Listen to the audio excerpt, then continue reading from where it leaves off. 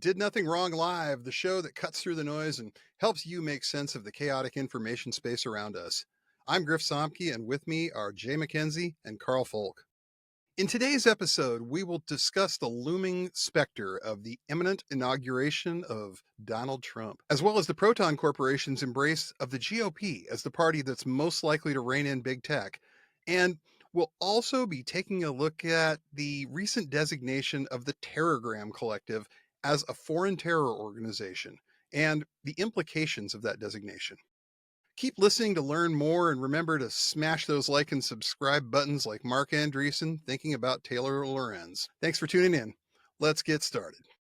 So by the time this episode drops, we're going to be 7 hours away from Donald Trump's second term. Nobody really knows exactly what's going to happen, but we're all speculating that it's going to be quick, that they're going to come right out of the gate, maybe even on day one, with something so shocking and awe-inducing that we end up all just kowtowing to whatever it is that they want to do next. So I want to get some predictions here. I want to get what you guys think of what we're about to see and how's it going to go down. Jay, what are you thinking right now? Well, I think the kingdom of heaven has arrived. Our Lord and Savior, Donald John Trump. He's going to save us all. QAnon was right. QAnon knew it. And the storm is here. The storm is here. No. He is the storm. And I'm really excited to see him start his third term. So that's where I'm at with this. Oh, dark, but probably roughly accurate. He is on record as being a big fan of Hungary's president for life, it seems, Viktor Orban, who is definitely the blueprint for what a lot of these guys want to do. The idea that they're going to stay in as long as they possibly can. They're going to keep changing the rules to benefit themselves as much as they possibly can. And the opposition's never going to win another election if they can help it. Yeah, well, I mean, realistically, they're going to try to grind us into the dirt. They are going to come out with a lot of executive orders, which have at best dubious legality, but I think sometimes they're just going to openly flout the law, and they're going to essentially say, catch us if you can, right. Stop us if you can. They're gonna open up so many fronts at once that they're just going to try to overwhelm any opposition and hope that people just give up. So we can't give up, and we got to keep talking about it, and we got to keep fighting, and we got to keep putting our resources in the right places. But it is going to be bad, and it is going to be relentless, and they are going to want you to give up, and they want you to think there is no hope. But there is hope, and there is reason to keep going. It's going to be rough. It's going to be bad. Just get yourself ready for that possibility. Karl, you've been around a long time. You've been paying a lot of attention to what's going on with these guys. You've spent quite a bit of time studying the rise of fascism in one country or another at various times in history. Where do you think we are on that timeline right now? I mean, a lot of people I deal with aren't fully read in to the full breadth of like the actual thing that's going on here that Trump's a part of, but definitely not like the entirety of. And I think it's tough. A lot of people don't want to hear bad news, right? And the reality is like this we're a ways down the right. And say what you will about Biden, there is a von Hindenburg reference here that I think is accurate, and I think the doddering old man believing in norms and more concerned about his own legacy than the institutional breadth and power of a fully functional democracy. Right. There's an argument, right? And I think, knowing what we know about Trump 1 was very much a stutter and stop. We have opposition here. We have legal problems here. We have an optics problem. We've got, it was problems on every front. Right. This is not going to be that.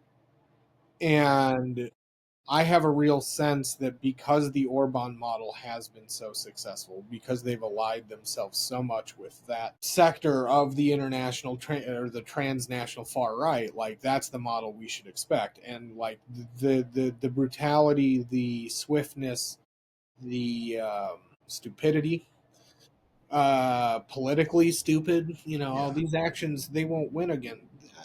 The point isn't the winning, because Hmm. the winning's built into the end function of them doing the actions now.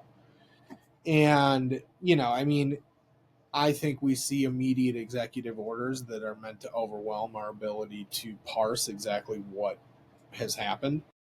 I think there's a real chance that the full apparatus is really more rule by decree than Yeah. the system that we understand to be you know,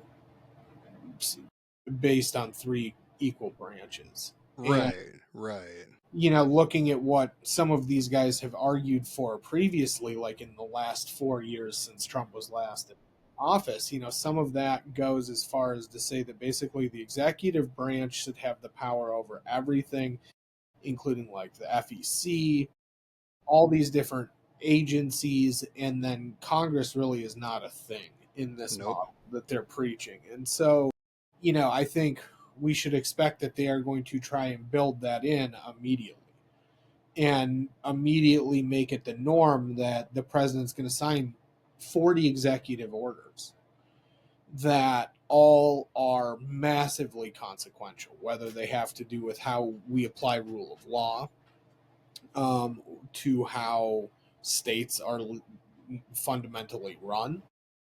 I think we're going to see immediate hits to at-risk groups Yeah. that are pretty horrifying. Uh, Yeah. Yeah. and I think, Absolutely. the goal right now is going to be to terrorize the population into acquiescing without doing anything. Right. And like Jay said, the goal we all have to have is to keep talking, keep a running record. Like I said today on social media, people need at this point to start making notes about things like who's getting turned away at the border when you hear about a high level celebrity getting turned away, who's getting turned away at the borders, who's gotten really quiet on social media, things like that, and really start looking, because stuff is about to happen where people freeze up, Hmm. where people don't know what to do, so they don't do anything. We're going to get to a moment where people think everything's lost, and that's just not the case. Yeah. Like I don't think we're at a point where anyone can say this is the whole ball game, but it's Monday night's going to feel very long. It really is. And you brought up Biden and his legacy and how he's concerned, it seems, about more possibly how he's going to be, you know, how he's going to be viewed by history rather than stopping the immediate threat of what's going on, doing what he can to do that. And he gave kind of a farewell speech the other day. We're going to play a clip from that for you. I want to warn the country of some things that give me great concern. This is a dangerous concentration, and that's a dangerous concentration of power in the hands of a very few ultra-wealthy people. The dangerous consequences if their abuse of power is left unchecked. Today, an oligarchy is taking shape in America of extreme wealth, power, and influence that literally threatens our entire democracy, our basic rights and freedoms, and a fair shot for everyone to get ahead. We see the consequences all across America, and we've seen it before. His farewell address, President Eisenhower spoke of the dangers of the military-industrial complex. He warned us then about, and I quote, the potential for the disastrous rise of misplaced power, end of quote. 6 decades later, I'm equally concerned about the potential rise of a tech-industrial complex that could pose real dangers for our country as well. Americans are being buried under an avalanche of misinformation and disinformation, enabling the abuse of power. The free press is crumbling. Editors are disappearing. Social media is giving up on fact-checking. The truth is smothered by lies told for power and for profit. We must hold the social platforms accountable to protect our children, our families, and our very democracy from the abuse of power. He says a lot of very nice things there, I think. But I think I find myself thinking he could have done a whole lot more to stop some of these things he's worried about from happening. Some of these people just don't seem to be able to comprehend at all where we are with any of this right now. They look at it and they say, well, I mean, we can vote our way out of this. And I'm really starting to wonder if maybe things just aren't a little too far gone on some level for that. But these are people who are creatures of the institutions that raised them, essentially. They Well, I can't think that, really yeah, get their heads out of that. I mean, I think Biden, I mean, he's from a different world, right? And like a lot of the Senate is, like Congress itself is there. And Right. so, like, I don't know, this whole idea that the institutions will right the ship if you present enough information is one thing. But when you don't present any information, you don't message in any kind of way, and then your final words are like, there's a big threat embodied by the guy who won and his pals. Yeah. These are the things that you come into office on, and yeah. If you come into office with what he said in part in his final message, and you do any of the things that he said were a threat, like if you work against them and show concrete efforts to stop those things, you win elections going forward. Like, right. The thing is, for me, it's so galling that they know what the answer is to winning elections. They know what the winning message is, but they also know that doing it means totally restructuring themselves and readdressing the way that they deal with money. Right. And that's, like, they know. Accepting some pain, and they're not ready. Well, no, they're yeah. not. Well, and exactly. And to be honest, like up until Trump won this second time, things were up in the air for which way business would have gone, right? Like the reality is if Harris had won, big business would immediately try and be less adversarial to us because they know that they wouldn't get away with it in the same way. And so like it's just really interesting understanding too that like this other dynamic really comes to bear in a way that just hasn't been fully calculated into this new world of Well, and look, if we go back to what Biden ran on initially in 2020 was saving democracy. It was right. Exactly. He was the anti-Trump. Exactly. He was boring. He kind of embraced the fact that Sleepy Joe sounded nice to a lot of people. And they knew from the beginning, they knew the threat was real. They understood it. They were aware, and they just didn't do enough. They just didn't do enough. And well, it's all been theater, right? Like up until the couple times now Biden said something honest, like that Trump's a fascist initially, and then now saying this, that like oligarchy is coming, when the reality is it's here. It's here. It won the election. It's too late. It won the election. There was a battle for the soul of the nation, and the bad guys won. I mean, the bad guys definitely won this round, but like they also don't have any kind of grasp on the reality on the ground. And that's what's going to set the tone here. And like chaos, even if it's an unintended consequence, is really hard to put back in place. And like these guys, what they've said is chaos. They do not have the capability in some ways to enact what they're saying. They can do the legal side. They can do the shock and awe, this is brutality for brutality's sake on paper side.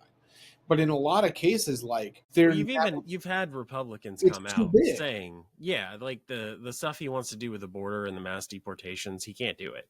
I mean, Republicans have come out and said this is just that's exactly right. Like this, He's like some of grandstanding. this is just physically not possible, right? And like the society we have has some features that could be totalizing, right? Like there's some things here that are present that would make it really easy to slip into something really dark. Yeah. But there's some also like this country's huge. There are pockets that are not that. There are pockets that are. There are pockets that are and not neither. So like there are all these different things, and like there's just too much space, too many people, and people like these.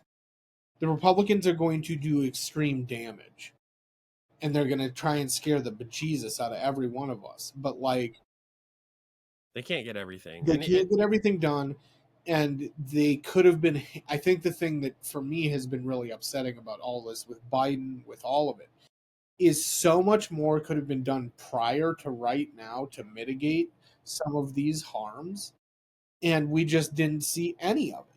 And they, like you said, they've known since 2016 that this was the thing, and that there was an existential risk here, and like just understanding that alone, and then doing what he's done in his last act being this theatrical, you know, equal rights amendment thing is horrifying.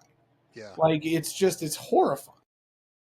But I think to put some amount of context on it, the Orban model is absolutely the way they're going, Yeah. and it's worked. Yep. Orban's term started in 2010. He's had 15 years to consolidate power. Did not happen overnight. It did not happen in one term. It was slow. It was systematic. It was taking out the courts. It was removing the press, and there were starts and stops, and some things worked and some things didn't. So look, 15 years is a long time, and Trump had one term which, like you're saying, Karl, it was chaos, but without any forethought. Yeah. They didn't expect to win. Yeah. They just didn't, and you could tell, especially that first year when they tried to gut and then remove the ACA. Like they didn't have the votes because they hadn't done the legwork. They didn't have an alternative. They cut taxes for the rich, and they just barely got that over the line. And that was the one thing, the one bill they actually did, and everything else was executive orders and losing. But you've got a guy like Stephen Miller, who was in the White House for 4 years, one of the few who actually didn't get fired. Yeah. Who survived? Yeah, right, because it's rare. I mean, Trump rules by chaos, but he also plays one faction against the other, and that's common for him. It's common for fascist regimes, but it means that you have a guy like Stephen Miller. He was in the White House for 4 years. He had 4 years to think about it and plan what another 4 years would look like. And now they're coming. And yes, they're gonna they might put out 40 executive orders, and maybe one or two or three of them will work, and the rest are just meant to scare the shit out of you. Exactly.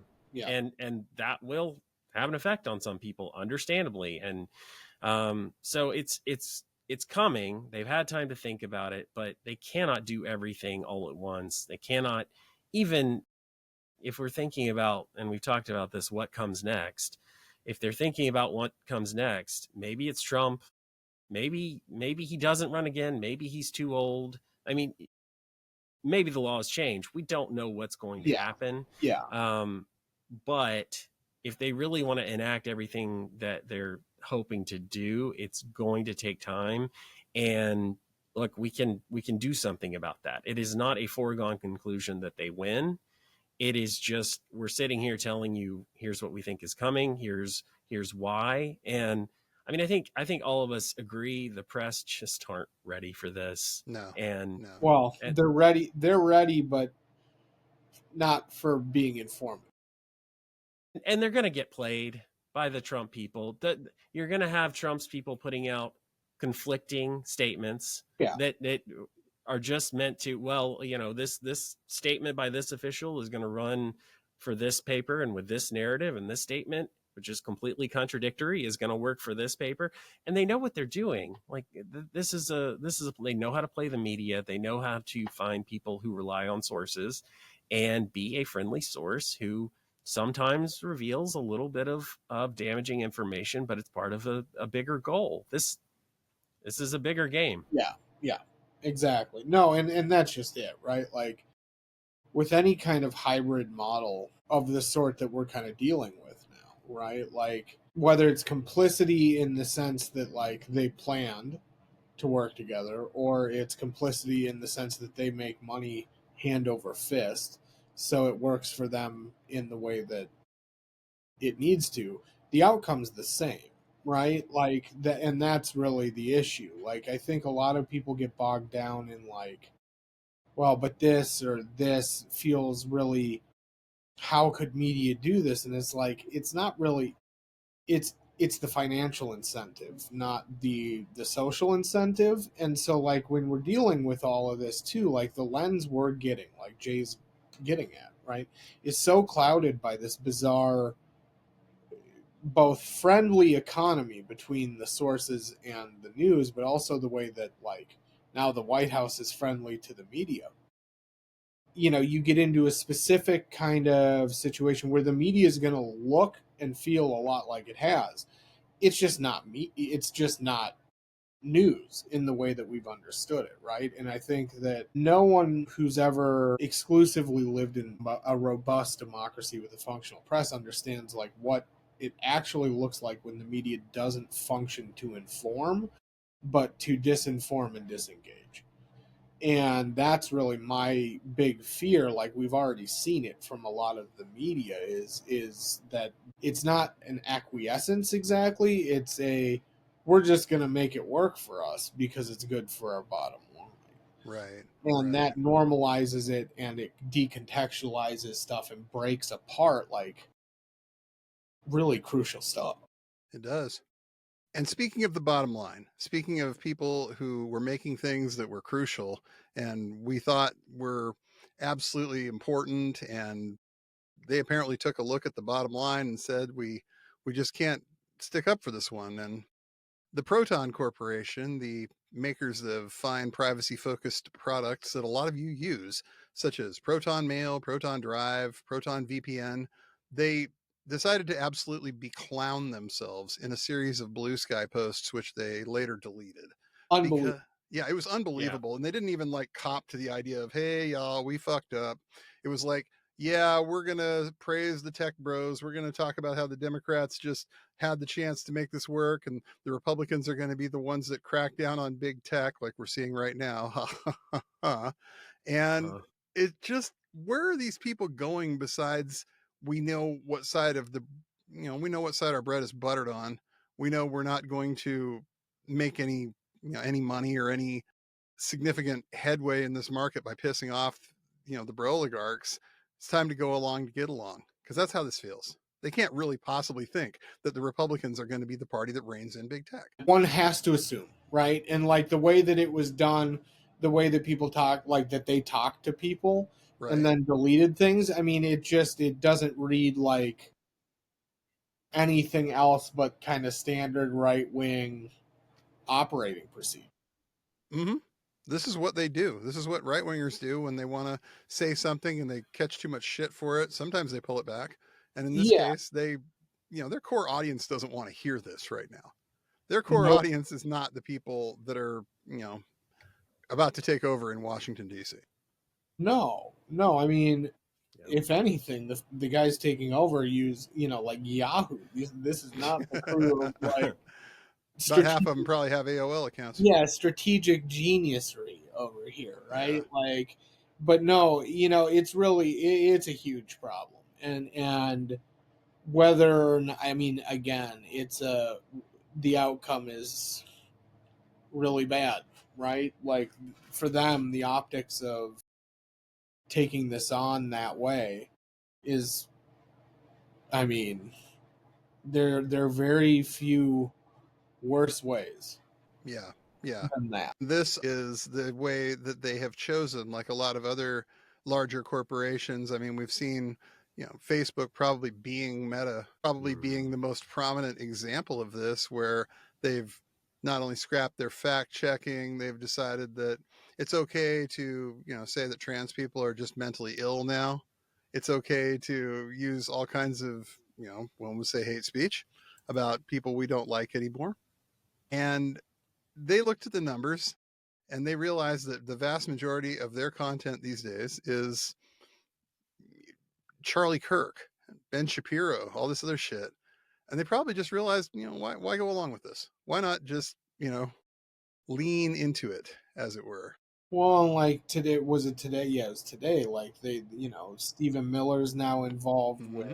with Meta and their operations. They've now kind of rounded the bend completely to where, like, I think there should be a long conversation about Meta and Twitter for sure, and how we classify them. Are they state media? Right? Like at this point, are they an extension of Trump's policy? Yeah. It's And hard I to argue anything else at this point. It Yeah, really I think is. that's the real question right now, right? Like, is Facebook, is Twitter an arm now of the U.S. government? And I think it's an interesting conversation. And I think, increasingly we have to start thinking about the digital commons, huge air quotes around commons.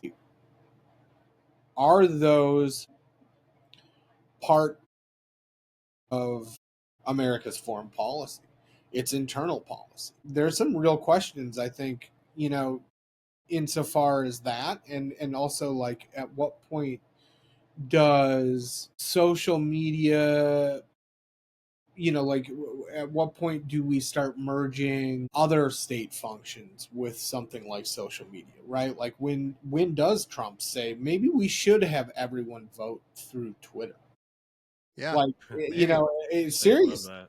Yeah. Like, these guys are cooked mentally, the tech guys, and Trump believes whatever he's told, apparently, as we know. And, like, that's an interesting recipe when there are going to be some fundamental questions, I think, that we all have to kind of ask. Yeah, I think if we started with Proton Mail, and the deleted post on Blue Sky said that until corporate Dems are thrown out, the reality is that Republicans remain more likely to tackle big tech abuses.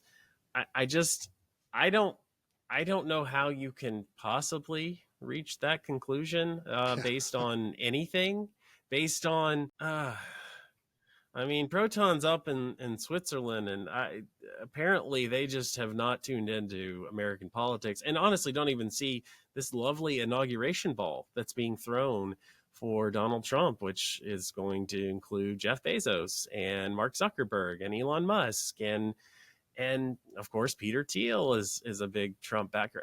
Mark Andreessen is out there just blasting away on social media. These are all big tech guys. What reality do you have to live in? Yeah, Democrats aren't doing enough, and maybe you can even say hardly anything. I mean, we see it.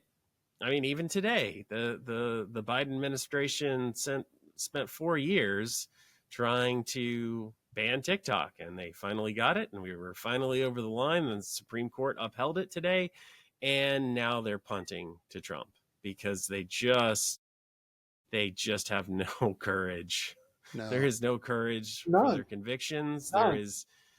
They're just not willing to do it. Maybe because they're afraid they're going to lose too many voters. Maybe they're afraid it's going to anger Trump and make it worse. I don't know, but they're just like, this was a central part of what the administration was trying to do, and national security has to matter and come first, and then they just say, nah, never mind, Trump can figure it out. I mean, it's spineless. It's so, like, it Democrats clearly need some different answers and need some courage, but Republicans and big tech, what Yeah. where are they going to rein that in? Trump is currently building, I mean, Axios is reporting he's building a $500 million war chest to do who knows Whatever he wants. Yeah. target his enemies. It's And not like he needs to run again. Seriously. No, but Why? the biggest contributor, Even if the biggest backers of this fund are crypto guys and Yep. tech guys. Well, yeah, and I mean, and that's coming on the heels of the reporting that they're doing this crypto, like, national crypto fund, right? And, like, these guys are about to, loot the country. and turn it all into crypto and walk away. You know, I mean, that's really the reality. Is like this is much less a presidency than a heist, right? And like we're all the marks. Well, it's And the ultimate rug pull. yeah, You know, it's the idea that we're going to get everybody invested in our coin, our shit coin, and then we're going to pull it out and leave you all to deal with the fallout. They're going to do that at scale. Yeah. That's well, how you this know, feels right now. NFT presidency. Here we come. Yeah, well, it's seriously. yeah. I mean, that's kind of how it's always been, though. Trump was a meme, you know, to start, right? Like Trump, Mm-hmm. you know, truly memed himself into the White House in some ways, and then why, you know, I don't know why no one thought there would be you know, some huge component to this that's very bizarre and surreal.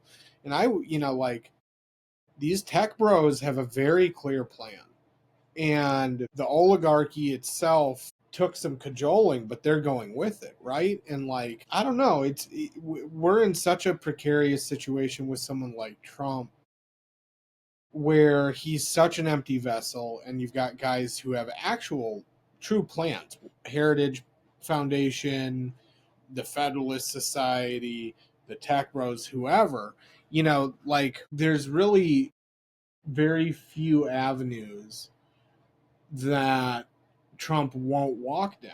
And the one that he's chosen now with the tech bros, I think offers him something that he didn't have the first time around, too, which is an ability to say, look, we're all crooks. Yeah. We just do it different ways.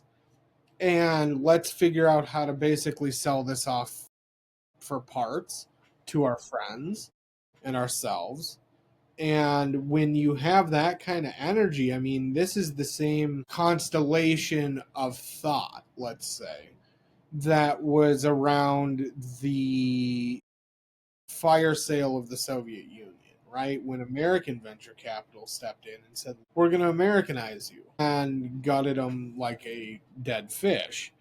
And, Yeah. you know, that seems to be the plan here, and it just happens to be that the only venture capital that could put up the money needed to do the thing is Silicon Valley and a select few of the wealthiest people on the planet.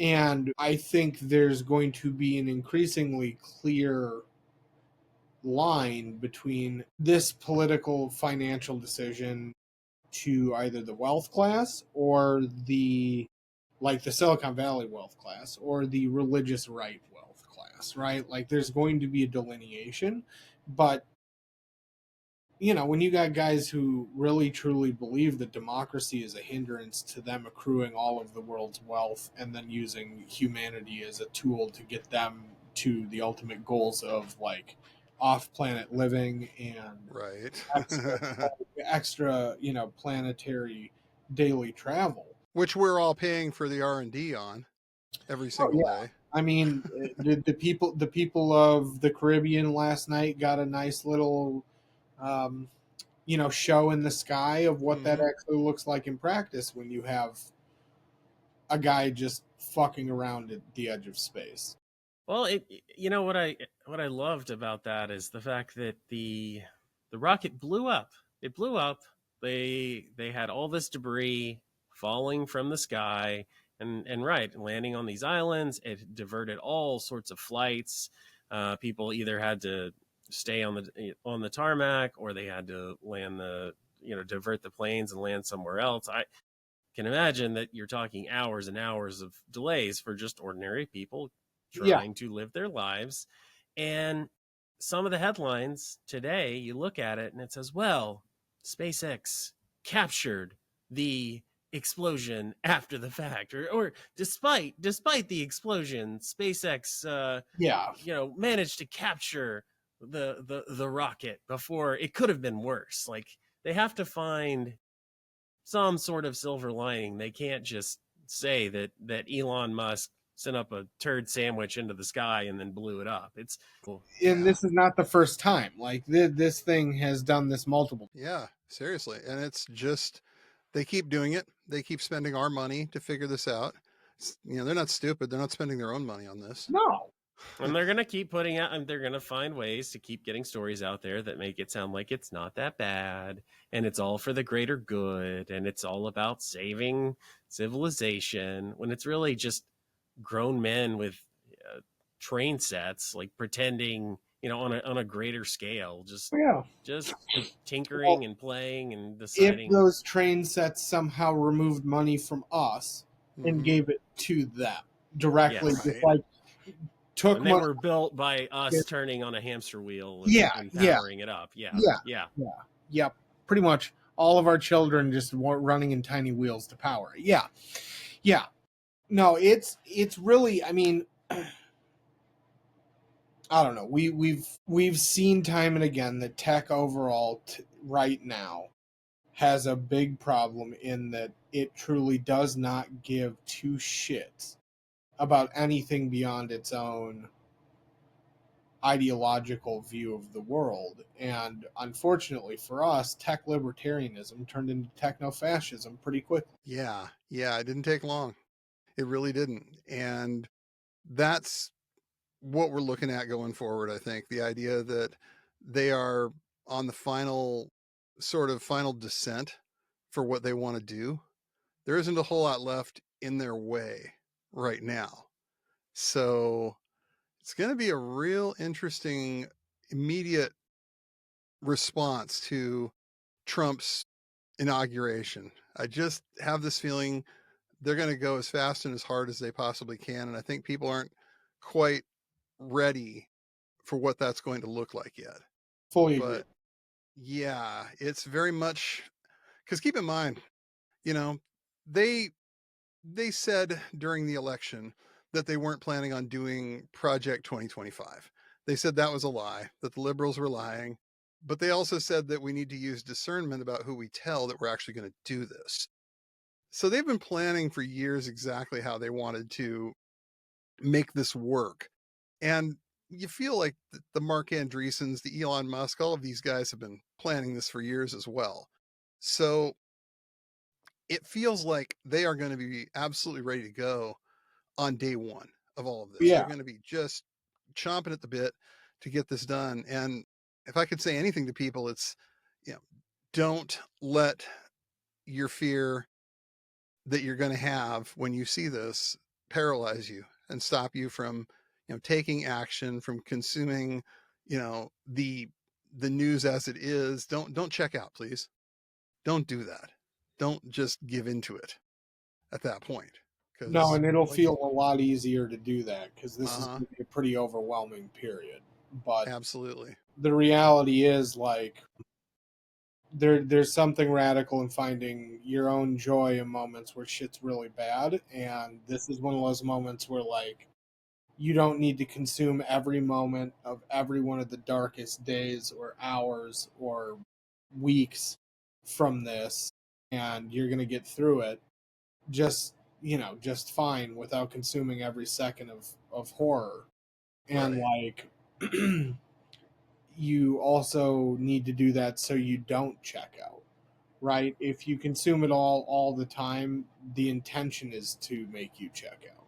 Yeah. And Yeah. like that's literally the goal, is to overwhelm you so fully that you do not decide to go further with consuming it or interacting with Hmm. it. And you can't do that if you want to get through this. So you're going to have to just know that there are going to be limits to what you can take. Right. There was one more development that happened this week. It's very interesting, and in some levels, it was a long time coming, but it raises a lot of interesting questions. The US government finally designated something known as the Terrorgram Collective as a specially designated global terrorist organization. And the Terrorgram Collective is not a membership organization in the same sense as, say, the Proud Boys or the Atomwaffen Division or anything like that. It's basically a collection of like minded, what we refer to as accelerationists, people who want to see the world burn and are prepared to take action in order to speed up the end of society because they believe that a new world will be built out of the wreckage of this. And there's no membership cards, there's no dues. They very definitely operate on a leaderless resistance model where everybody knows the plan, everybody just knows what they're supposed to be doing to make the plan go forward. But the US government has now decided to designate them, like I said, as a global terrorist organization. And now they can charge American citizens for interacting with and providing any kind of material support to this group. They are now in the same category as ISIS or Al Qaeda or Hezbollah or the Russian imperial movement, which, come to think of it, probably has a certain amount of crossover with these guys. Yes. So it really is hard to say this because they can't, like, it's prosecuting an idea. They haven't, set up an organization here. This is a bunch of people who want this one thing to happen, but they have very intentionally, according to their own statements and their own literature, said if it's a group with a logo and a manifesto, you're fucked. Walk away from it. Don't get involved in this. It's a trap. The history of the white supremacist movement kind of agrees with them to a certain extent on this. So it's frequently kind of referred to as lone wolf terrorism, and that's wrong. It's really harmful to look at it like that. It's one person or a small handful of people doing these things because it's a movement, but it's not a movement that is designed to be able to be caught. They want plausible deniability for everybody else in the movement. When somebody gets nailed for planning to blow up the power grid in Baltimore, like Brandon Russell did last year, for doing a school shooting, for shooting up a mosque or a synagogue, they want to be able to have the rest of them say, well, we didn't have anything to do with that. That wasn't us. That was just some other kids. Yeah. So it's kind of amazing that they took this step, but I wonder how this is actually going to play out in practice. I mean, it's not enough, right? Like, I think that's the big thing that stands out to me is like it's a huge step, but it's also not enough to like the true scope of this, right? Like, Yeah. Terrorgram, massively influential, hugely dangerous, as we've Mm-hmm. seen, and has ties to other really dangerous groups like Atomwaffen. Huh? But that's not, I think this is a really tough coin, right? Because it is an idea. You can't go after it in the way that we might want to. Right. You also, though, have to figure out a better way than going after one thing, right? Like, I think about how much of the overlap there is between that specific group, and other somewhat well known terror organizations and right wing groups that aren't terror organizations but are just straight up political entities now. And like that's the real thing now, is like we have to disentangle.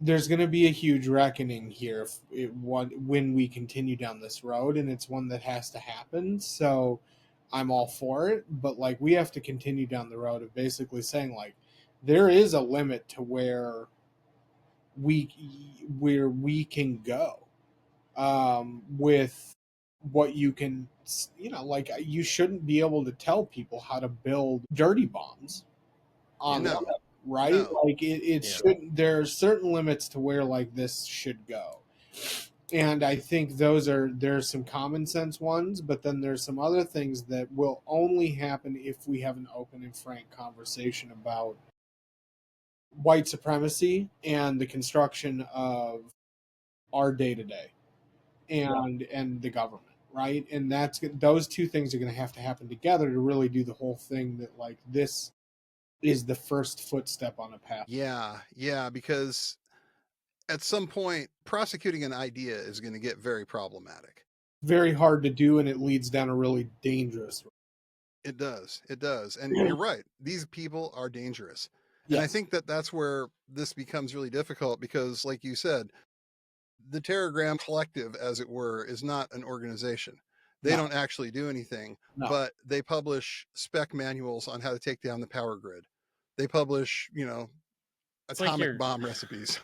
It's like you're trying to instill fear in people who kind of by definition aren't afraid of you or made it their mission to make you irrelevant. I mean, it's we're gonna have all these consequences for you for organizing or disseminating this information, but the whole point of their existence is to remove that power. It's they reject the idea of Right. the US government and of institutional power to the point that they will commit terrorism to end it. And so yeah, it seems like they're saying, oh, we know you're out there, but almost kind of like tipping their hand that we don't entirely know how many of you there are and what you're planning and where it's going, but we're looking. I guess maybe Yeah, I not. mean, I think this is kind of a hat. Yeah, it's a tip of the hat. Like, hey, we know you're here. Yeah, like we know this is real. We're at least acknowledging that this is real. This is a problem because honestly, for the longest time, the government just wouldn't do it. And no matter how much researchers and experts were saying this is a problem, this is a growing problem, this growing problem is continuing to grow. It is the first step to saying white supremacist violence and people who read Siege are our growing problem. And it's actually dangerous if you find someone reading Siege, right? Like that's like people don't realize there are certain things. Like one of the problems I think that we've had in this country is we've very much said that all ideas are equal, and that's dangerous as hell when some of the ideas are literally like, I think we should murder everyone in opposition to us. Like these are incompatible. You know, like this is always the argument, right? Like there is a level of incompatibility with certain thoughts and what those lead to. It's not even really the thought, it's the action, right? Like that comes from the thought. So it's tough, right? And it goes back to what we were talking about at the beginning of this episode. Like the position is always reactionary from the federal government, right? Like we don't tend to be proactive because, especially on this kind of thing, because there's an inherent danger to it. And one of the things that we've seen repeatedly is like white supremacist violence isn't treated as the same level of terror and violence that other things are. Because the minute you start unfurling that ball of thread, it goes to every part of the institutional power structure of the United States, and it goes to like the darkest parts of our historical record immediately, right? Like just by virtue of it being what it is. And they've been afraid of the backlash for so long. Yeah. They've been afraid of what Fox News or Ben Shapiro or anyone on the right is going to say about it. But it at a certain point, look, like especially, I think it is kind of a fitting send off to the Biden presidency to say, we're aware of this and we know that this could get a whole lot worse. But we have at least dedicated some amount of resources and people to dealing with this, and it's not going to be ignored. And it is a little hopeful. It doesn't have a whole lot of teeth behind it, but it's still not nothing. No, that and that's true. I mean, those are all true things. It's just this is the bigger conversation, right? And like the reticence of anyone to talk about the actual problems, right? Like George Floyd, the reaction to George Floyd, the reaction to Obama, you know, these are all things that come from the same place, and that's the inability for the party to say, look, white power was the law of the land in this country until minutes ago in history. Right. And the reality is there's still vestiges of it all over. And we haven't gotten rid of that. No. And, you know, it's much easier to take the medicine after that conversation than not having it and having a presidency now looming over us that is that white power embodied and empowered to do truly it's worse. One of the singular most for me just front and center issues that is never ceasing and how much it enrages me is this inability to talk about the big elephant in the room, pardon my stupid pun, but like, which is that like white power, if you have that conversation and you do it correct, you open the door to the new world that you've said is constantly one election away. And they've constantly negated opening that door because of that fear. And it just, those band-aids have to get pulled off, and they needed to be pulled off decades ago because it set the stage for where we are today. And that conversation turns into an economic conversation. It turns into every one of the tough conversations that the Democratic Party hasn't wanted to. And frankly, if they want to win, they're going to have to take on that conversation the whole way, top to bottom, and really make a stance that actually aligns with what Biden's saying, right? Which is that, like, the goal, there are people who have goals outside of what society has said is the norm. And that goes for Terrorgram as much as it goes for the Republicans he was talking about. Yeah. And, like, you know, for both of those problems, it's a similar fix, which is having some fucking spinal column. Yeah. And standing up and saying, look, we're going to do this, and we're going to plant a flag, because believing in nothing has gotten us nowhere except back. Yeah, it hasn't. And it's like you said, we could try fighting back. We could try accepting that the things we say about fascism and what these people actually are, words have meaning. People hear words said and they think, oh, well, that actually means something. And then it turns into just kidding a couple days after the election, or we're going back to colloquial, what hail fellow, well met. And we're past that. We're over this. People believed that was something they meant when they said it, but the Democrats did themselves no favors by turning around and normalizing this. No, they've done incredible damage. Yeah. It's really an interesting time that we find ourselves in at this point in history, where we've got so many things in flux. Basically, MAGA won the Civil War. There was a small civil war in the GOP, but the GOP sure didn't do a whole lot to win that thing. MAGA won. Ain't really no other way to call it. Yeah. And they're going to do whatever they want. And I don't know that the Democratic Party has ever looked more feckless, at least not in my lifetime. No, because this is not good. Not in my lifetime. Definitely not. Yeah. So, really there's a window open right now. There's definitely a lane that somebody could go into and make a lot of positive gains for the American electorate. Somebody could go in there and really do some great things. And it'll be interesting to see if somebody picks up the ball. Yeah. Because right now, someone needs to. And I think that's the most, I think a lot of this sounds really depressing, but the reality is, like, this is one of the few times where literally everything is up in the air now. So, like, if someone or a group or, a party decides to actually get a set of balls and do the thing and put in the ground game and have the tough conversations and really lay out a way to do this, they're going to do gangbusters, right? Like, people want meaningful opposition to this shit.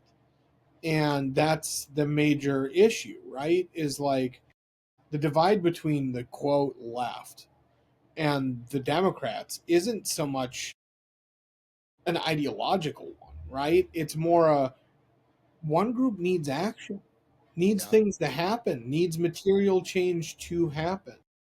And the other is comfortable enough, let's just say, to not need it immediately, where some people do. And like that, I think this all just, we have a real room here to do amazing, transformative, generational good, but it's going to come out of the dark. Yeah. Well, I think what you said, Karl, about the conversations that we have to have, and especially dealing with white supremacy. I think they are very tough conversations, and to have them and to bring them up is going to require a great amount of courage, because most people, the majority of people in Yeah. this country, are Yep. going to recoil. Oh They yeah. are going, the questions you need to ask are going to make people uncomfortable, and their initial thought is to dismiss it, to ignore it, to look for somebody else who will give them the happy story that they want to hear. But honestly, realistically, if we're looking at Trump, and he did meme himself into existence, and the reason he won the first and the second time, people wanted someone who would ruffle feathers. And yeah, the Democrats shouldn't go out there and try to ruffle the same feathers and to take the racist approach, which Trump obviously took. But maybe part of the answer needs to be that, look, yeah, you're gonna, if you really want people to listen, you're gonna have to say some things that they're not gonna like at first. They're not gonna want to listen to. They're not gonna believe, but you're gonna make them have to sit down and think about it. And when you look at what the other side is saying and what the other side is doing, and if you really challenge that and you do make people uncomfortable, well, maybe they can come to their own conclusions. Maybe they can have that Well, conversation and understand that argument. you're also going to have a built-in base. Truly, if Yeah. you have a frank conversation about race, wealth, inequality, class, and the intersectional nature of that, and the way that things have been run in this country, and you talk about ways to undo that, and you mean it, and you do it, and you have plans of action, if you were to be elected to whatever position you're in, you're going to win. Like people really underestimate the amount of energy there is for truly transformative progressive thinking within the rank and file of this country. And a lot of people don't know it yet. You know, one of the things that jumped out at me about Bernie wasn't necessarily the message. The message was whatever. I mean, it was, he understood how to say what he felt. But like, that was across every major social and economic group. Every religious line I can think of got crossed.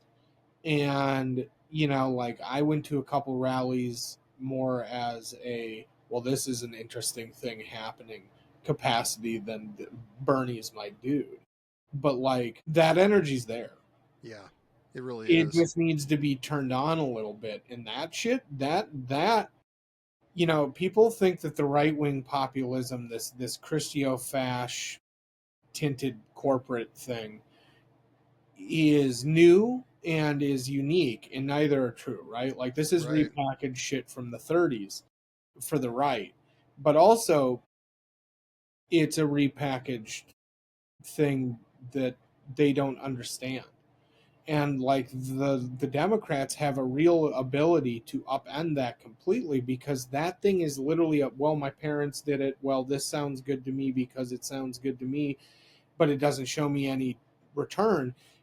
The you know, like a democratic plan that actually looked at something and was progressive and looked out for people, that's going to win at some level, even if the messaging is heavy against it, because at some level, like the rural farmers in Illinois aren't listening to the you know, the Ben Shapiro's necessarily. No, They're no, looking to they're not. say, okay, well, this money did this year, and this money did this year, and then they're also saying, well, my family's gotten bigger by one this year, so I need this much, and so there's different calculus. And if you can talk to those people and say, look, you're getting screwed.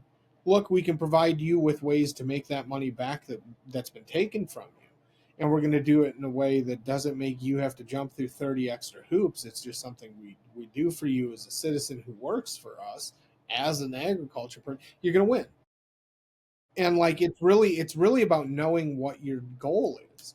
And the Democrats have seemed to be rudderless so long that like it's infected everything they do. They need a rudder, they need a soul, and that soul needs to be old school fire and brimstone, anti-capital, as an authoritarian entity politics, right? And they will win every time. Handle. They need to put down the data and the polling and the everything. They need to, yeah. They need to sociologists. get out and be in the world. I know the joke about the the New York Times and the getting the pulse of a Ohio diner is silly and way too frequently just memed, because it is failure. It's kind of as true, and it's funny the way they approach it. Yeah, that is a I mean, very it valid is criticism. yeah, it's amusing, but like the Democrats decided to go the other way and just like, we're never going to go to that diner. We're never going to talk to those people. Well, we're and just really- going to look at the spreadsheet. Really, We asked 6 people at an exclusive Washington, D.C. Yeah. restaurant what they thought of the problems of the working class in Ohio. and This if is what they were told us. smart, what they would do is they would send those same people out to 5 different community colleges in 4 different places across the Midwest and have that same conversation with community college students across the board, age, all of that.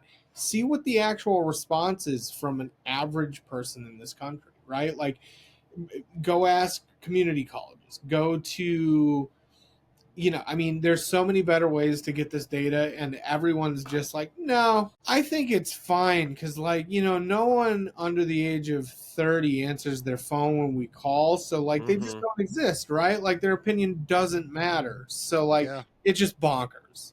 Mm-hmm. And everybody does this now. Everybody just has checked out of that whole demographic, and it's like, no, it is pollable. You could find out what these people think, but you're going to have to get off your ass.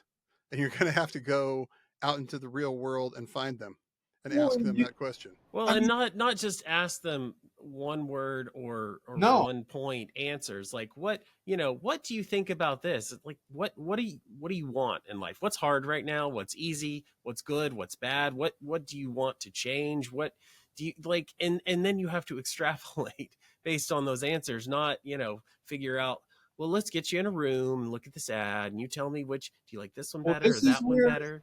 This is where the purely quantitative side killed people, right? Like, they're looking at numbers, they're not looking at like feeling and phenomenological data, right? And like, my argument has often been with the Democrats, like they have very good, when they want to, data analysis. What they do not have, that the Republicans somehow got, and I don't know how, is the real world phenomenological, this is what people are feeling on the ground data. And until there are a number of changes to how that's taken in by the Democrats, they're going to be really left in the dark, because they don't, either they're looking at data that they've gotten, they don't believe it, right? Yeah, that's or they're not getting the data. Right? Yeah. Like, there are very few options here. They don't like it, they're not seeing it, or they truly just don't know what they're seeing. They don't get it. Well, and how is it that Trump told a better story, and that the Republican? I think it's the simpler story, right? Like, I think that always wins. It's not a better story, it's simpler. And Trump's story always comes down to like 2 or 3 base things. It's people, places, things. That's it, right? Like, the guy doesn't have a big repertoire. He's immigrants, Mexico, other places, shithole countries, quote unquote, and things. Whatever that thing is, that object of his ire, desire, or whatever. And like, that's all it's ever been for them. Their answers always come back to those things, right? Right, and it works. But what's the Democratic response? What's the Democrats' cohesive narrative that is going to inspire? Your life has gotten markedly worse over the last 25 years because of the craven want and unabashed greed of the wealth class. And we made a mistake in thinking they were fair actors. We enabled them, and we shouldn't have, and now we're trying to undo the harms we've done. Yeah. I just wrote that on the fly. Fuck it. Go print that. You put that out as a Democrat, you're going to be fine. Like, get the fuck out of here. Yeah. Somebody hire this guy. Not Somebody the hire this things are guy. bad. Please Vote don't for hire. us because we won't make it as bad as the other. Well, It's or like, you can't come do on. that. What you do, so like the Republicans have some rhetorical tricks that they've deployed, right? That they just use, and everything then kind of works for them because they create systems of thought and narrative. But like that works because they have simple answers. Oh, you got poor. The brown people took that from you. Oh, you did this. The brown people did that to you. You did this thing happened to you. Oh, it's because the LGBTQ folks got to go use the bathroom of their choice. Like it's really simple answers, stupid simple answers. And I think we talked about this a couple weeks ago on the show. Like the reality is, we have a simpler response, which is you got poor because those people, we can name them, got wealthy. Yeah. You got poor because this one thing happened. And fuck the politics of it. You literally just hammer wealth. You hammer how wealth and conservative like thought has merged into one thing, and you just do that shit. Like that's not hard to do. And like it's what the Democratic Party won on for literally 60 years.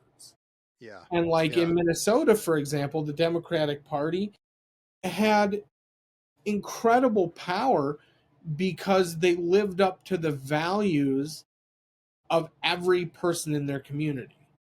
Not because they were like means testing their messaging against a fucking focus group, but because they were talking to a bunch of people in their neighboring towns, because a bunch of them were farmers and they all lived in places where it was like, oh, I saw so and so at the market. That is a smaller world, yes. It's a world that won't exist again, but it's based on understanding the people you're working for as an elected official, and when you do that, you understand the story. And like that's the thing that they've been missing, either intentionally or unintentionally, and it gave the right the ability to outmessage them. We can do. We have a historic ability to outmessage the right at every turn, and not with some technocratic long form bullshit, but with really simple truths. Like the government has fucked up. The wealthy want you poorer. You do not do any good to them unless you can work, and you deserve dignity. Like shit, you go back to just the dignity aspect for the Democrats that they once apparently had the market on, and you look at that, and these are winning arguments. Like the politics of dignity and bettering people, that wins.